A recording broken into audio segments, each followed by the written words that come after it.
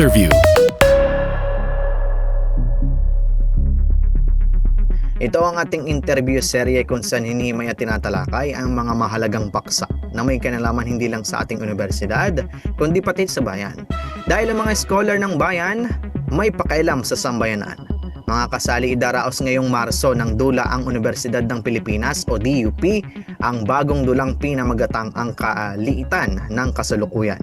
Ano kaya ang nilalaman ng nasabing dula? Naku, para talakayin ito makakasama natin si DUP Resident Dramaturgy, Jonas Gabriel Garcia at DUP Managing Director Roger Federico. Magandang umaga po Sir Jonas at Sir Roger. Welcome po sa DUP. Magandang umaga. Magandang umaga po. Maraming salamat po sa inyong pagpapaunlak sa amin ngayon. Ayun. Kahit sino po sa inyo pwede pong sumagot ng una pong tanong po natin po, no? Tungkol saan po ba itong ang kaliitan ng kasalukuyan at ano-anong mga tema ang tinatalakay nito? Ayan.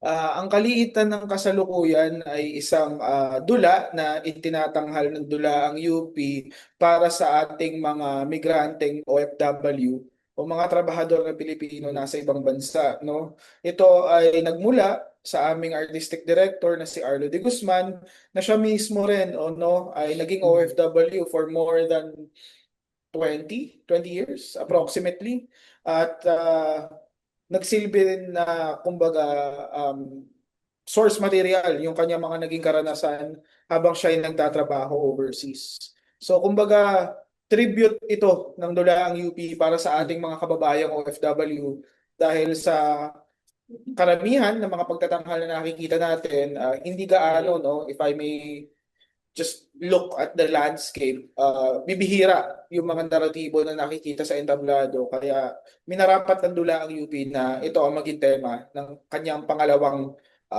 dula para sa akademikong taong 2025 to 2026. Ayun. Para ka naman po kay Sir Roger po, no? Ano po yung nagpapabukod tangi dito sa produksyong ito kumpara po sa mga nauna po nating pagtatanggal sa DUP po? Okay, so sa produksyong ito, maraming mga elements ng theater making ang makikita natin. So say for example, paggamit ng puppets. Okay, so siguro hindi ito um, parang breaking the surprise of our audience, pero meron tayong makikita na paggamit ng tubig. So hindi po namin ididetalye para ma-surprise po ang ating audience members. May paggamit ng totoong tubig. May mga bumababa na mula sa itaas. So spectacular ang ating mapapanood na dula. Nadagdag ka po Sir Jonas doon po sa nabanggit po ni Sir Roger. Ayun, totoo, spectacular talaga siya. At siguro bilang naiiba sa kanya as compared to past productions, dito tahasan talaga naming isinasa entablado yung mga issue na lipunan sa kasalukuyan, no? Mhm. Sabi nga sa isang teaser material namin, may maleta.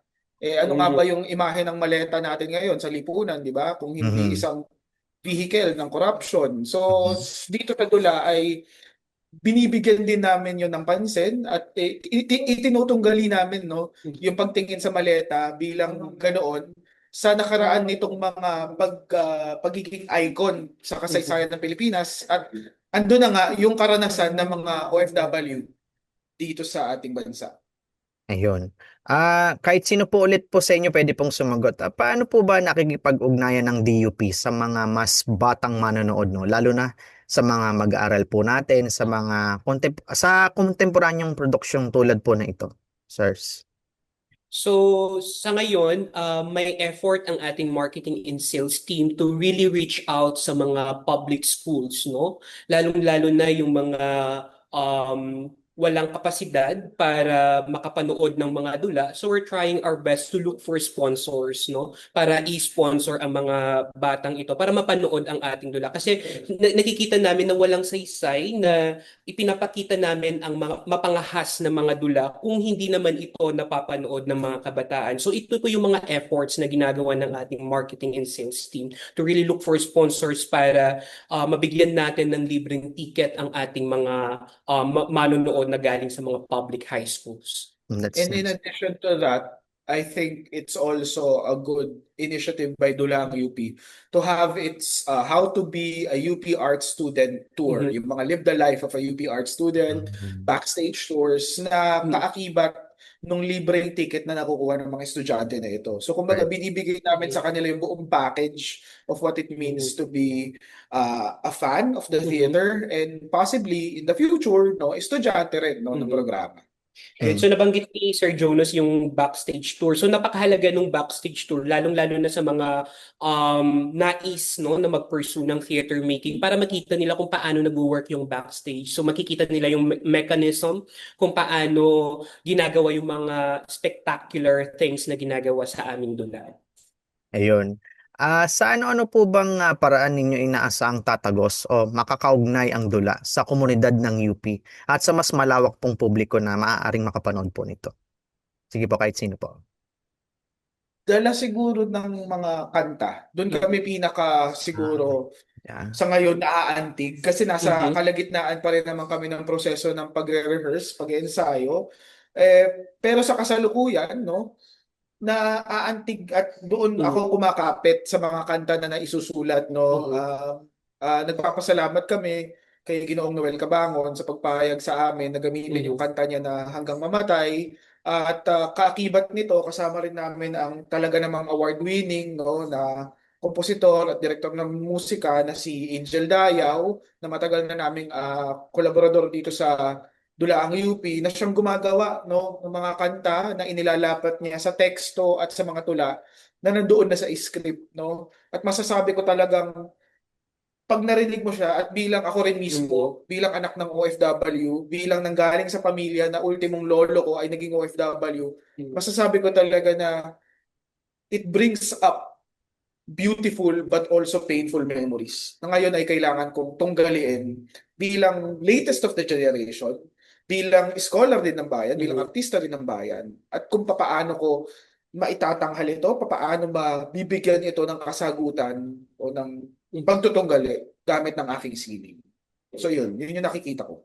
Sir. Ako naman dito, ang perspective ko naman ay bilang isang OFW din, kahit isang taon lang, kung saan Ah, uh, medyo ninanavigate ko nung nasa abroad ako kung paano ko din gagamitin yung teatro, no? Kung paano ako magpa-practice ng theater sa labas ng bansa. And dahil walang opportunity for me to really practice theater making sa ibang bansa, ang ginawa ko na lang is to integrate it sa aking pagtuturo. So sa aking pagtuturo ng English language, for example, sa Konkan University, I'm using theater games na lang para at least nagagawa ko pa rin kung ano yung passion ko sa loob ng classroom. ayun. Punta naman po tayo doon sa mga hamon po no, na kinaharap po ng produksyon. Ano-ano po ba yung mga hamon na hinarap po ng DUP sa pagbuo po at Mhm. pagtatanghal na ito, sir? Siguro if I can speak to it, parati naman itong hamon ng Dulaang UP, yung pagte-test out no, ng mga ideya, ng mga Mhm. technical elements na Mhm. siguro sa mga iilang miyembro ng produksyon ay nakasanayan na, pero bilang programa din kasi ito na pang-akademiko ng Kolehiyo ng Arte at Literatura at pati ng Universidad ng Pilipinas, kinakailangan na sort of ituro no sa makabagong henerasyon ng mga estudyante. So malaking hamon 'yon, pero hamon siya na aming tinatanggap ng buo at Mhm. masaya kasi 'yun naman talaga ang commitment din no ng Dulaang UP. Pangalawa siguro yung mga hamon, hindi naman natin maiiwasan talaga yung sa usapin ng pag-secure ng stable sponsorship for our audience. Gaya ng nabanggit ni Sir Roger kanina bilang managing director, um, kung nasa perpektong mundo lang talaga tayo, kay gugustuhin naming libre lahat ng tickets para sa lahat ng Mhm. manonood, no? Right. But we have to buy supplies. We also have to feed our students who are working day and night, Mhm. 9 to 5, building up the set designs, testing out the cues, making Mhm. costumes, whatever it is, no? So, kinakailangan din no ng resources. So, yun ang sinusubukan namin talaga ngayong kumbaga harapin, nasuliranin, pero hindi naman kami nawawalan ng kumbaga ligalig sa pagharap ng suliranin na ito dahil wala nandiyan na siya no. Suliranin talaga siya, kailangan siyang harapin. Kung hindi siya haharapin, hahayaan lang natin siya mag-fester. So ayun. I think yun. Nabanggit na ni Sir Jonas lahat. Opo. Ayun. Bakit po dapat maglaan ng oras ang mga manonood upang panoorin po yung dula po nating Ang Kaliitan ng Kasalukuyan? Saan at kailan ito itatanghal? Magkano po ba yung ticket price? May special discount po ba kapag bahagi ka ng UP community? Okay, so ang Kaliitan ng Kasalukuyan ay mag-o-open sa March 12, 7:30 p.m. Bukas. Yeah. At matatapos siya ng March 29, 7:30 p.m. So ang shows natin ay Thursdays, Friday, Saturdays, and then Sunday. So ang ticket price natin para sa UP community ay 650 pesos. Para naman sa mga estudyante, PWD, senior citizen ay nasa 800 pesos. At ang regular ticket price natin ay 1,000 pesos. Pero meron tayong mga sales. So antabayanan natin ang ating mga sales or mga promos, no, kung nais nating makakuha ng discounted prices sa ating mga tickets. Ayun. Any parting words po, Sir Jonas and Sir Roger, sa ating mga manonood na gustong manood po nitong Ang Kaliitan ng Kasalukuyan? Maraming salamat sa DZUP as always at iniimbitahan namin ang mga manonood natin no na dumalaw no. Kung hindi kayo sigurado, dalaw lang kayo dito sa IBG Cal from March 12 to March 29.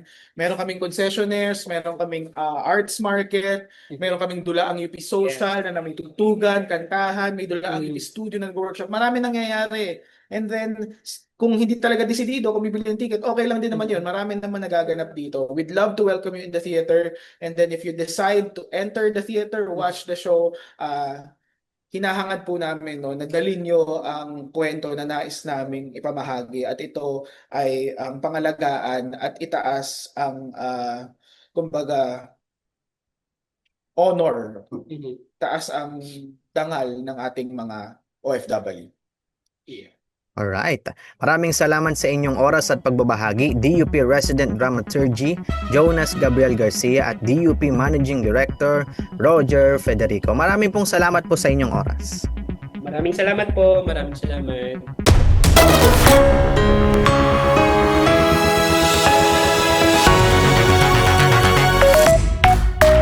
DZUP Balita.